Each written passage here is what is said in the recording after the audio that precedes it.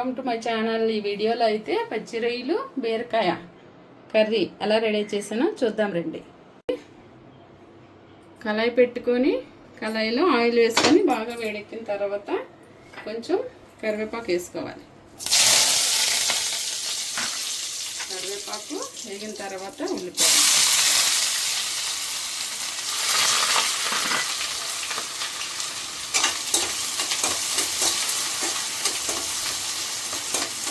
ఉల్లిపాయలు కొంచెం వేగిన తర్వాత పచ్చిమిర్చి వేసుకొని బాగా ఎర్రగా వేపుకోవాలి.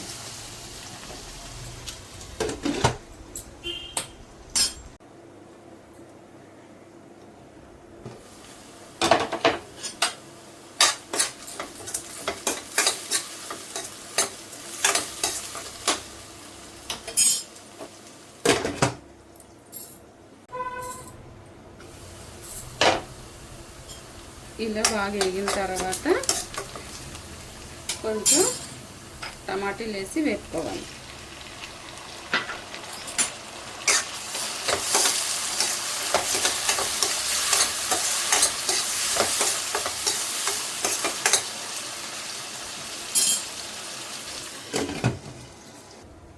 ఇలా బాగా వేగిపోయిన తర్వాత ఇందులో గరం మసాలా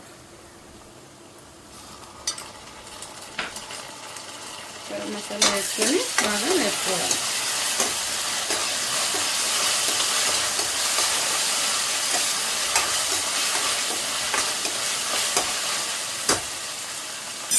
కాసేపు మూత పెట్టి మగ్గనివ్వాలి.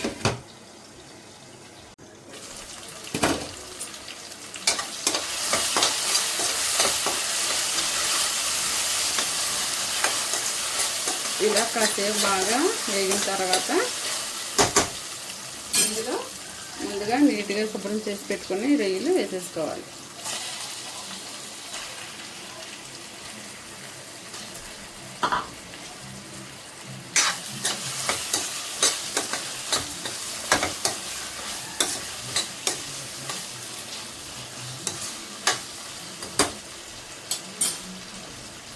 బాగా మగ్గనివ్వాలి.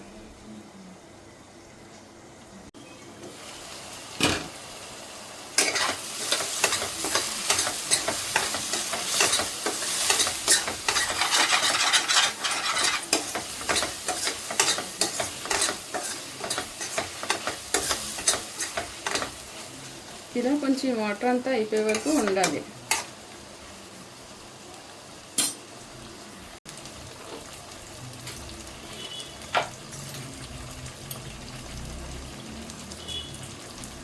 తర్వాత బాగా ఎగిపోయిన తర్వాత కారం తగినంత,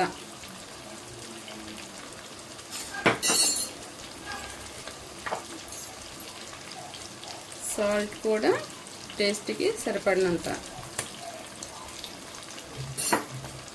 వేసుకొని బాగా కలుపుకోవాలి. ఇలా కలుపుకొని కాసేపు కారం రొయ్యలకు పట్టనివ్వాలన్నమాట.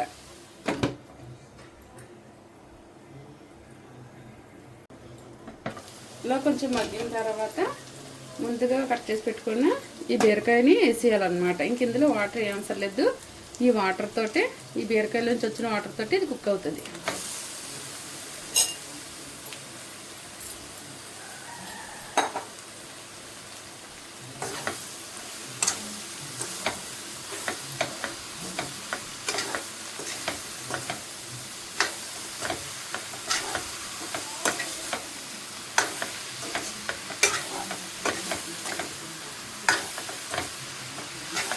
ఇలా బాగా కలిపేసుకొని మూత పెట్టేసుకోవడమే. మూత పెట్టేసుకుంటే బీరకాయల నుంచి వాటర్ అంతా వచ్చేసి బాగా దగ్గరికి కుక్ అయిపోతుంది అన్నమాట.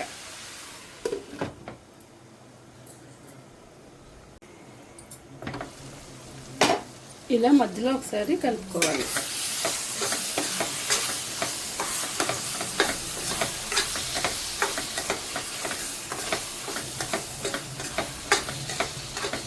చూసారు కదా బీరకాయలో వాటర్ అయితే ఎలా వస్తుందో.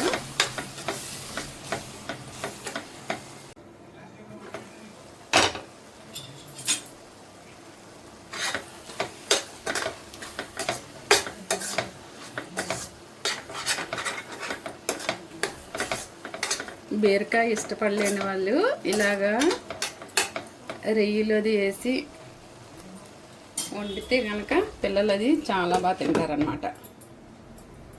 బీరకాయ అయితే మెత్తగా ఉడికిపోనివ్వాలన్నమాట.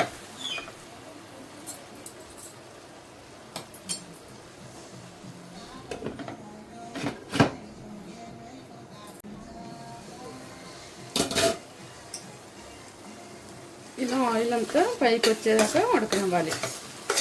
అంతే, ఎంతో టేస్టీ పచ్చి రొయ్యలు బీరకాయ కూర రెడీ.